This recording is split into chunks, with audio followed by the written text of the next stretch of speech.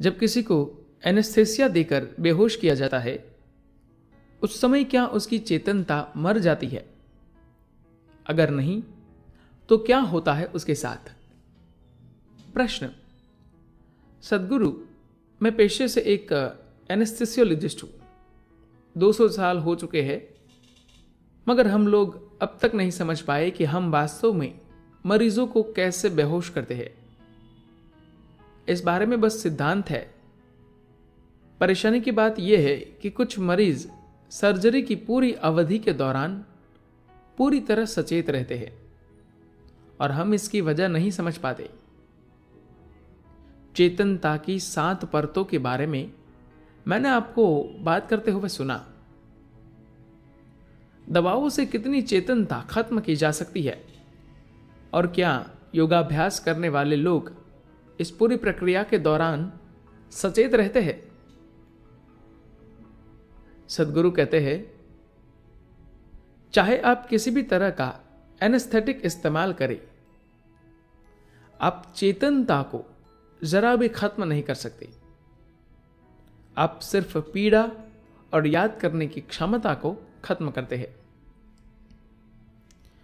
ऐसा हो सकता है कि कोई व्यक्ति एक बड़ी सर्जरी से गुजरे जिसमें उसे फुल एनेस्थेसिया दिया गया हो और होश में आने के बाद उसे कुछ भी याद न हो, मगर 25 साल बाद उसे अचानक से सर्जरी का हर क्षण याद आ जाएगा।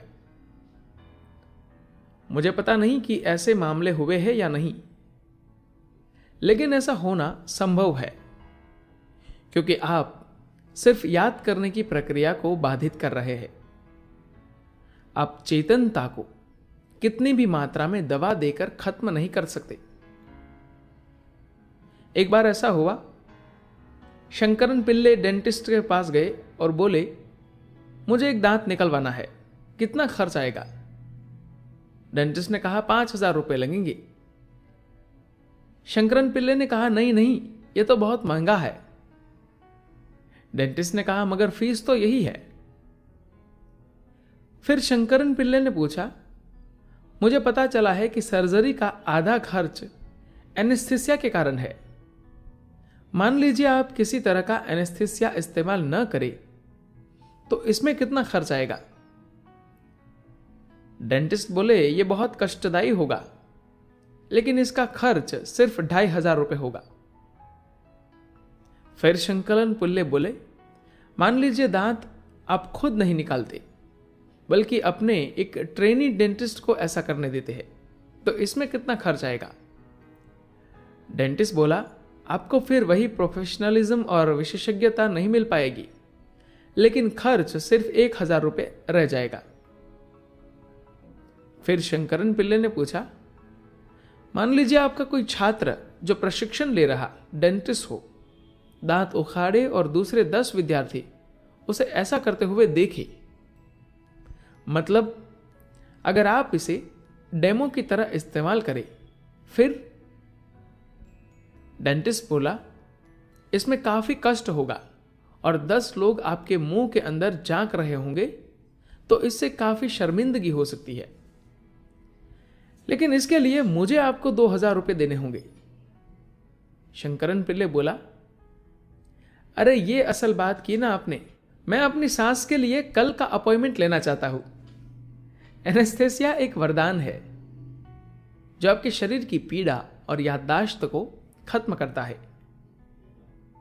लेकिन वह किसी भी तरह से चेतनता को खत्म नहीं करता। यह आपके उस पहलू को नहीं छूता।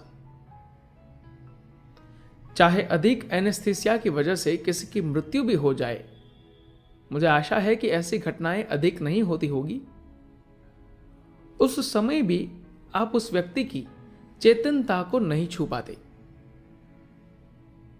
आप बस उस शरीर को इतना सुन्न कर देते हैं कि वह ठीक नहीं हो पाता, लेकिन आपने उसकी चेतना को नहीं छुआ है और नहीं छू सकते हैं।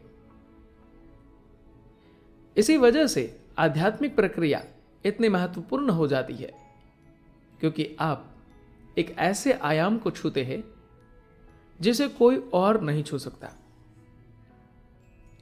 इसीलिए गुरु का स्पर्श जीवन में सबसे महत्वपूर्ण माना जाता है, क्योंकि वह उस आयाम को छूता है जिसे दूसरा कोई नहीं छू सकता। प्रश्न, आपने कहा कि एनेस्थीसिया सिर्फ याद करने की प्रक्रिया को प्रभावित करता है, लेकिन क्या ऐसा योग का अभ्यास करने वाले लोगों में भी हो सकता है? सद्गुरु कहते हैं, योग का अभ्यास करने वालों के साथ यह समस्या है कि वे बाकियों की तुलना में अधिक चीजें याद रख पाते हैं। मुझे अपने जीवन की वे चीजें भी याद है जो उस समय हुई थी जब मैं शिशु था और करीब 2-3 महीने का था। अधिकतर लोग 4 वर्ष की उम्र से पहले की चीजों को याद नहीं कर पाते, मगर असल में आप उससे भी आगे की चीजें याद कर सकते हैं। आप कई जीवन कालों की बातें याद कर सकते हैं। योग का मकसद आपको सुन्न बनाना नहीं है।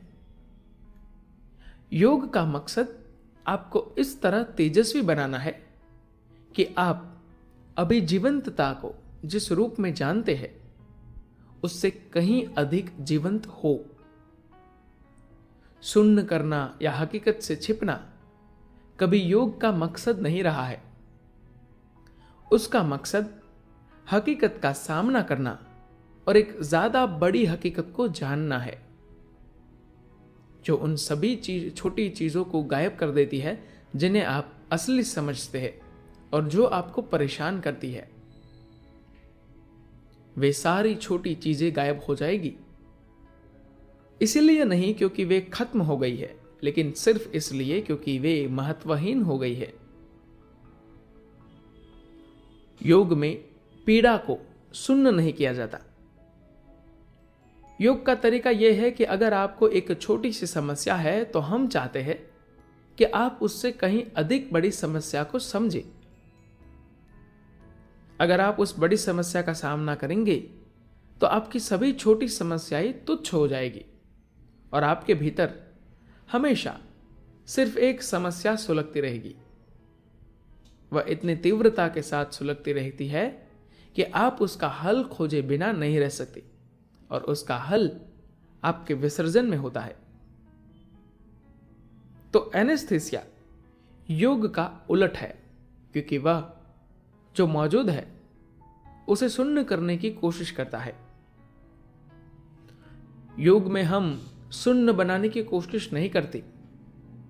हम आपकी समस्या के दायरे को असीमित रूप से बढ़ाने की कोशिश करते हैं ताकि आपकी समस्या सीमित समस्या न रहे, वह एक असीम समस्या बन जाए। अगर आप इसे समझ लेंगे तो अचानक आपको लगेगा कि कोई और समस्या नहीं है, क्योंकि बाकी सब कुछ पूरी तरह महत्वहीन हो जाता है। ऐसा नहीं है कि फिर छोटी समस्याओं का अस्तित्व ही समाप्त हो जाएगा।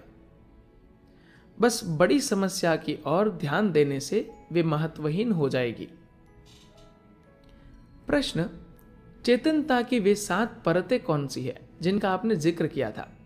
सद्गुरु कहते हैं, चेतनता की 7 परत या 7 आयाम जैसी कोई चीज नहीं होती है। चेतनता बस एक ही होती है। बात बस इतनी है कि किसी व्यक्ति के विकास के क्रम में या चीजों के बोध में विकास के 7 कदम हो सकते हैं। क्योंकि विकास के 7 कदम है, वह व्यक्ति उसका बोध 7 हिस्सों में करेगा, या समझने के लिए हम उसे 7 हिस्सों में बांट सकते हैं।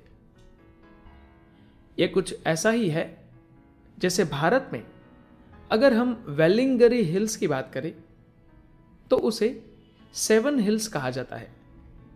यह वास्तव में 7 पहाड़ नहीं है, यह एक ही बड़ा पर्वत है। बस जब हम उस पर चढ़ते हैं तो वहां 7 बार एक सीधी चढ़ाई और फिर थोड़ी सी उतराई है। इसलिए पहाड़ पर चढ़ने के हमारे अनुभव में हम ऐसा महसूस करते हैं या अपने दिमाग में तय कर लेते हैं कि यहां 7 पहाड़ है, क्योंकि हम जिस मार्ग से चढ़ते हैं उसमें 7 बार उतार चढ़ाव है। जब हम उसी पहाड़ पर दूसरी ओर से चढ़ते हैं तो वह सिर्फ एक बड़ा पहाड़ है, 7 पहाड़ियां नहीं।